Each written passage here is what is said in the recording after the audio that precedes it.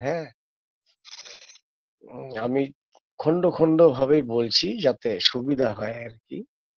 এই যে আমরা অনেকেই বলি, আমি তো রামকৃষ্ণ মহাপ্রভুর দীক্ষা নিয়েছি, আমি তো রাম ঠাকুর মহাপ্রভুর দীক্ষা নিয়েছি, আমি তো চৈতন্য মহাপ্রভুর দীক্ষা নিয়েছি, অনেকেই বলে। কিন্তু এই বলাটার মধ্যে একটা ভুল রয়েছে।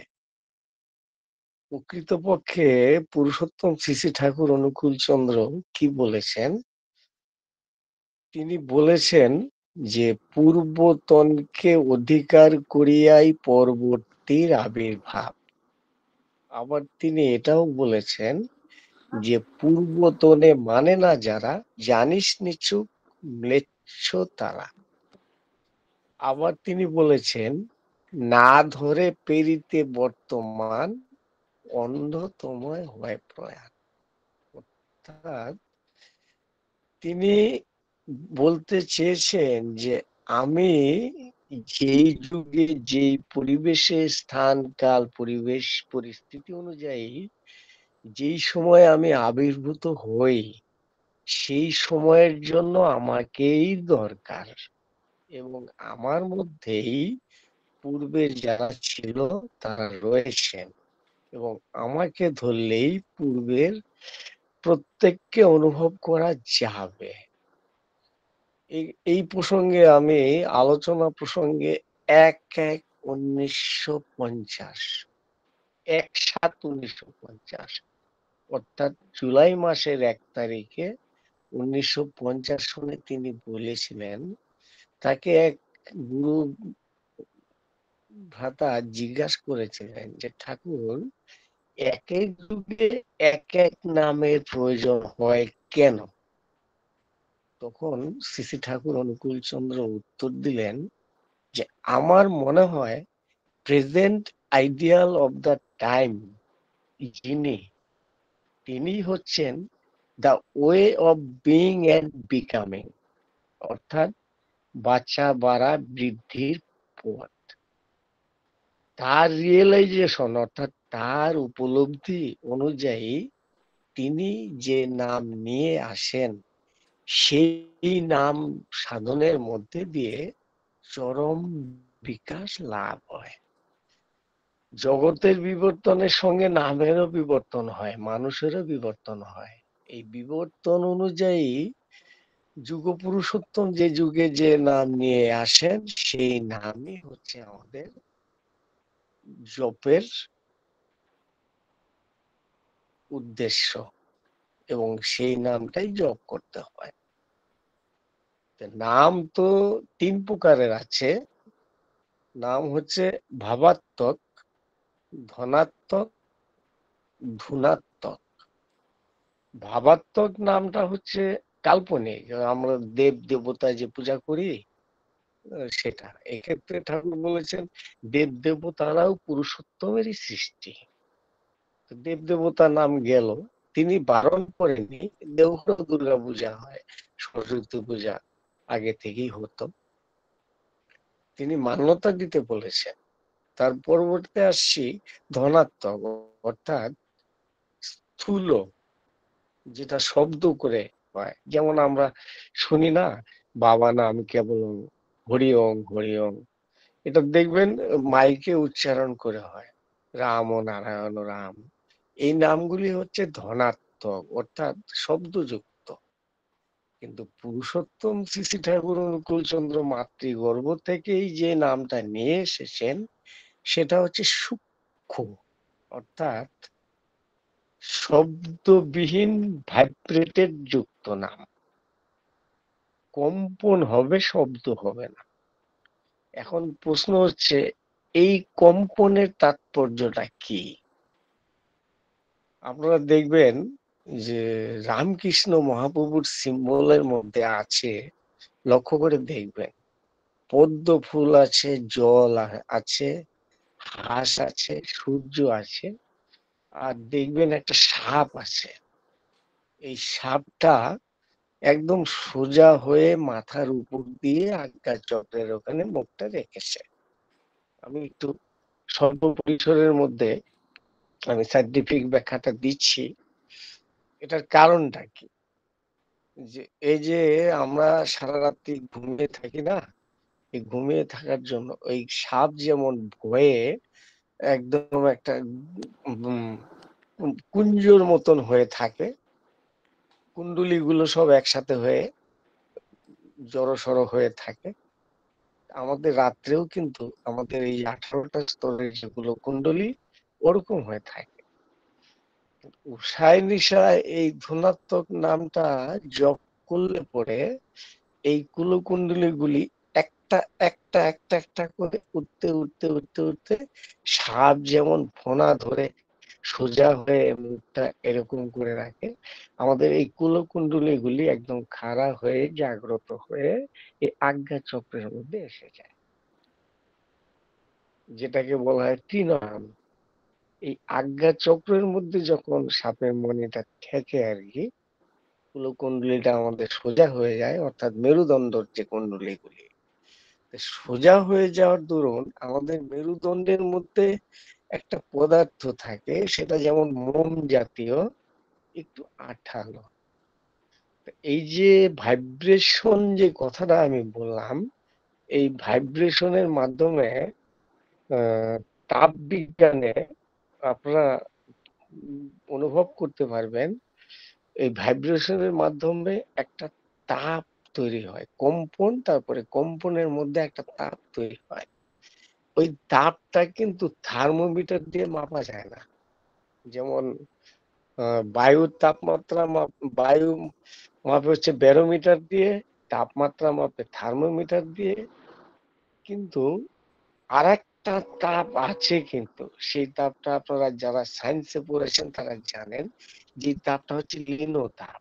যেমন ১০০ ডিগ্রি সেন্টিগ্রেডে জল বরফ, আবার ১০০ ডিগ্রি সেন্টিগ্রেডে বল জল, বল বরফ জল হয়ে যাচ্ছে, কিন্তু মাঝখানে তো একটা তাপ আছে, যে তাপটাকে বলে লিনো তাপ, ৮০ ক্যালোরি। ওই যে তাপটা এই মোমটাকে তারল্য প্রাপ্ত করে দেয়। এই তারল্য প্রাপ্ত করার দরুন সেই তরল মজ্জাটা একটা প্রবাহ সৃষ্টি করে। এই প্রবাহের ফলে সর্বপ্রথমে আমাদের কোষগুলি, আমাদের মস্তিষ্কের মধ্যে কয়েক লক্ষ কোটি কোষ থাকে, যার মধ্যে যতটা জাগ্রত সে ততটা জ্ঞানী, যে যার যতটা জাগ্রত সে ততটা জ্ঞানী। তাই এই তরল প্রাপ্ত হওয়ার দরুন অবলুপ্ত প্রায় কোষগুলি জাগ্রত হতে থাকে, সজাগ হতে থাকে। এই সজাগ হতে হতে হতে আজ্ঞা চক্রের মধ্যে গিয়ে, যেমন এক জায়গায় একটু চিনি রাখলে পরে সমস্ত পিঁপড়াগুলি সেই জায়গার মধ্যে দলবদ্ধ হতে থাকে, সেই রকম কোষগুলি তাপের প্রভাবে জাগ্রত হতে হতে আজ্ঞা চক্রের মধ্যে সেটা হতে থাকে। এইরকম প্রত্যেক দিন উষায় নিশায় আমরা মন্ত্র সাধন যদি করতে থাকি, করতে করতে আজ্ঞা চক্রের মধ্যে অবলুপ্ত প্রায় কোষগুলি জাগরণের দরুন আমাদের আজ্ঞা চক্রে কোষের সংখ্যা বৃদ্ধি পেতে থাকে, তখন আমাদের জ্ঞানের পাল্লা বিকশিত হতে থাকে। জ্ঞান মানুষের জীবনের ধাঁধাকে ধ্বংস করে প্রকৃত চক্ষু দান করে। এই জন্যই এটাকে বলা হচ্ছে জ্ঞান যোগ। তাই ছাত্র যারা, তারা যদি পড়াশোনা করার আগে উষায় নিশায় এই মেডিটেশনটা করে, তাহলে দেখা যাবে যে মেডিটেশন ছাড়া কোনো ছাত্র ১ ঘন্টা পরে যেটা আয়ত্ত করতে পেরেছেন, মেডিটেশন করলে পরে সেইটা ১০ মিনিটের মধ্যে আয়ত্ত করতে পারে। যেমন আমি গর্ব করে বলছি না, আমাকে যদি আপনারা জিজ্ঞাসা করেন, আমি ১২১টা মোবাইল নাম্বার আমি এই মুহূর্তে আপনাদেরকে বলে দিতে পারবো আমার মেমোরি থেকে, আমাকে মোবাইল দেখতে হবে না। এটা আমি অর্জন করতে পেরেছি, কারণ ওই যে স্মরণ শক্তি, স্মৃতিশক্তিটা বাড়ে। কারণ এই উষায় নিশায় মন্ত্র সাধন করলে পরে চক্ষু, কর্ণ, জিহ্বা, নাসিকা, ত্বক, এই পঞ্চ ইন্দ্রিয়ের সেনসিটিভ পাওয়ারটা বেড়ে যায়। এই আর অনুভূতি শক্তিটা বেড়ে যায়। এটা গেল উষায় নিশায় মন্ত্র সাধন। তারপরে কি আছে? চলাফেরায় জপ। এই চলাফেরায় জপ করলে পরে আমাদের অজান্তে আপদ বিপদ থেকে মুক্তির একটা উপায়, কোনো পশু বা কোনো পাখি বা কোনো অহেতুক কোনো ঘটনার মধ্যে দিয়ে বিপদ থেকে এড়িয়ে দেয়। সাপোজ একটা উদাহরণ আমি দিচ্ছি, যেমন দাদা উনি আসলে পরে আমাকে থামিয়ে দেবেন কিন্তু।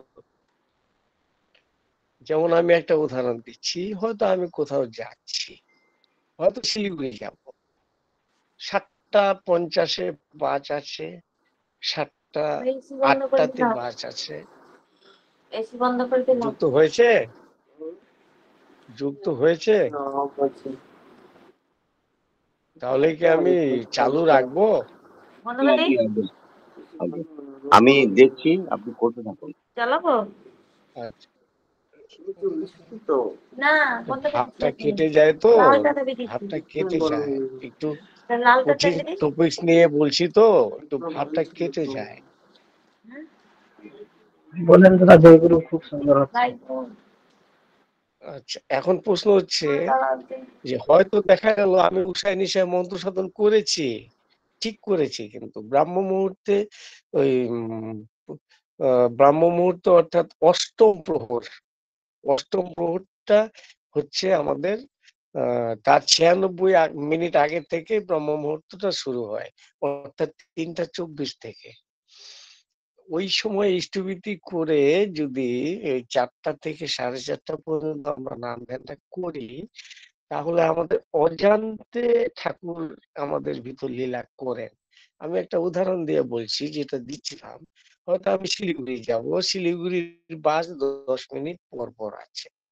যে বাসটার মধ্যে আমি উঠেছি, হয়তো দেখা গেল হঠাৎ এক বন্ধু এসে উপস্থিত। তিনি বলে, "এই বন্ধু, আয় একটু।" আমি দেখা করার জন্য আমি নামলাম। নামার পর দেখা গেল বাসটা ছেড়ে দিল। বাসটা আমি পেলাম না।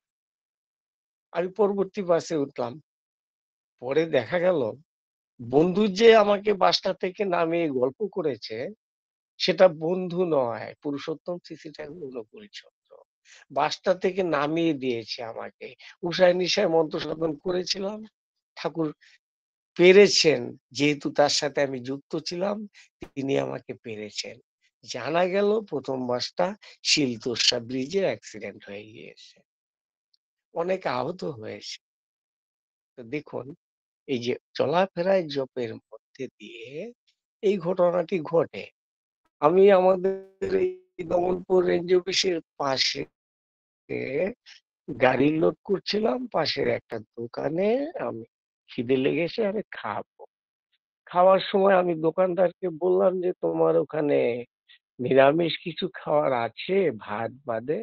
ও বলল যে, "রুটি আছে আর ঘুগনি আছে।"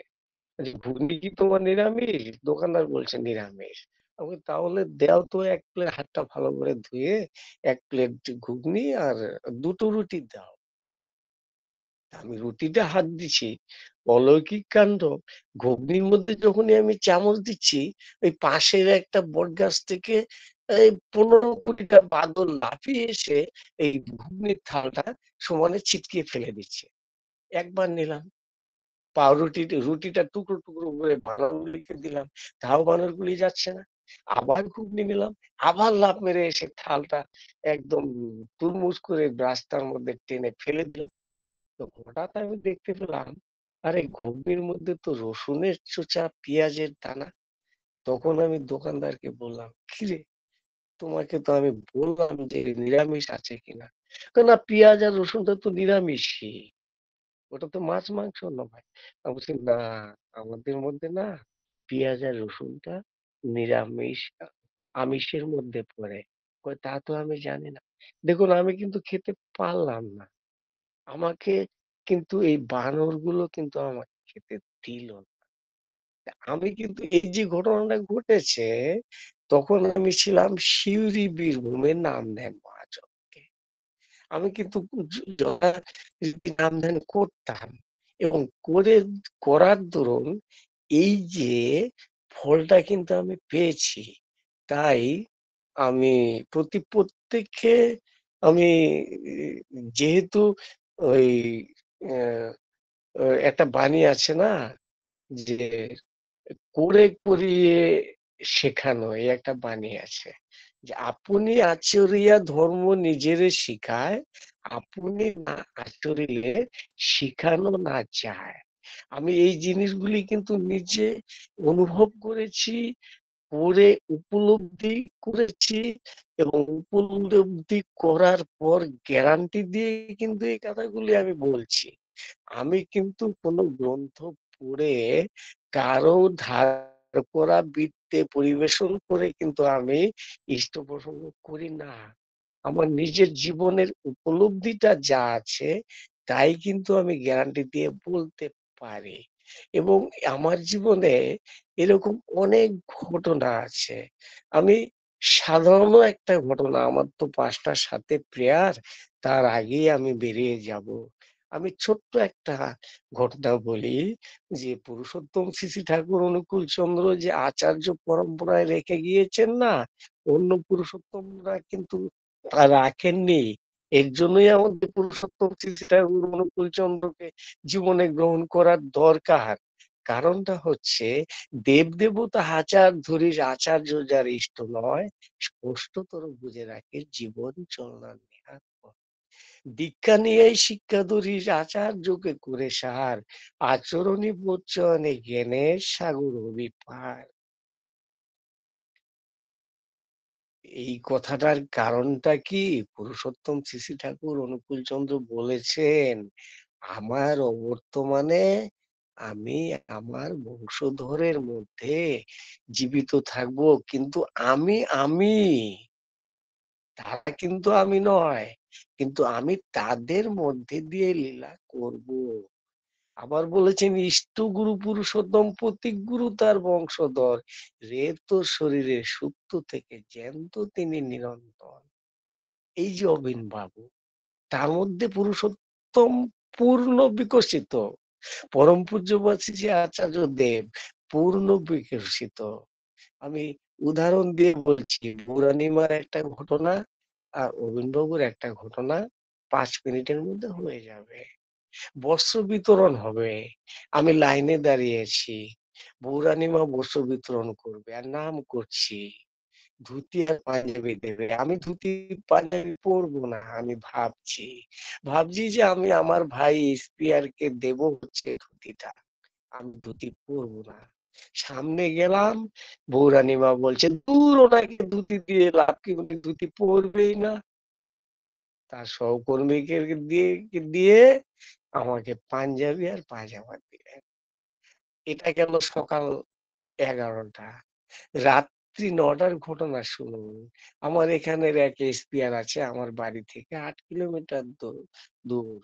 তার পুত্র পড়তো তপোবনে, তপোবন থেকে নিয়ে এসেছিল, বারণ করেছিল তবু নিয়ে এসেছিলেন। যাই হোক, পুত্রটি অ্যাক্সিডেন্টে মারা যায় বাড়িতে আসার পর। কিছুদিন পরে তার কন্যাও মারা যায়, কিন্তু তার পিতা কিন্তু এসপিআর। দেখুন, রবীন বাবুর সামনে রাত্রি 9টার সময় যখন দাঁড়ালাম, ওই এসপিআর দাদাকে বললেন, এই নিন আমার মোবাইল নাম্বার, আজ থেকে আমি আপনার পুত্র, যখন প্রয়োজন পড়বে আমাকে ফোন করবেন, আমি আপনার কথার উত্তর দেব। দেখুন, যেই সময়ে ছেলেটি মারা গিয়েছে, ওই সময়ে রবীন বাবুর বয়স ছিল 7 বছর। আর যেই সময়ে কথাটা বলেছে, সেই সময় অবিন বাবুর বয়স ছিল 22 বছর। তাহলে দেখুন তো, ঠাকুর যে বলেছেন যে দেব দেবতা হাজার ধরিস, আচার্য যার ইষ্ট নয়, স্পষ্টতর বুঝে রাখিস জীবন চলার নেহাত হয়। তাহলে কি আমি অবিন বাবুর মধ্যে পুরুষোত্তম শ্রী ঠাকুর অনুকূল চন্দ্রকে পাবো না? অবিনবাবু যে ডিপি ওয়ার্কের জন্য দিন রাত না খেয়ে অকাট্য পরিশ্রম করে চলেছে, তার সঙ্গে সাথী হয়ে তার সঙ্গে তাল মিলিয়ে চললে আমি কি পুরুষোত্তমকে পাবো না? আমি যে ঘটনাগুলি বললাম তার মধ্যে কি আপনাদের কি বিশ্বাসের গভীরতার গাঢ়ত্ব হয় না? হওয়া উচিত তো। আমরা যেখানেই থাকি না কেন, উষায় নিশায় মন্ত্র সাধনটা করে চলাফেরায় জবটা যদি আমরা চালিয়ে যেতে পারি, আর একটা জিনিস আমাদের করণীয়, যেটা সে আমাদের জীবনযোগ্য, আমাদের ভেলুর ব্যাঙ্গালোর গেলেও সহজ হয়ে যাবে যে যোগ্যটা যদি আমরা করি। আপদ বিপদ বেড়া জালে শক্তি যদি পেতে চাস, শ্রদ্ধা বে ইষ্টভীতি নিত্য পালিশ কাটবে পাস। নিত্য করিস ইষ্টভীতি ব্রাহ্মণে যা পারিস, দৈনন্দিন ওই করাটাই আনবে বলে আসিস। ধর্মকর্ম যাই করিস না ইষ্টভীতি ফেলে, সবই তোর ব্যর্থ হলো করে আর্য ছেলে। জয় গুরু। আমার সে বড় ধান্দা ইষ্টভীতি হলে, তখন থেকেই দেখতে পাবি জীবন কেমন ফলে। বিরাম।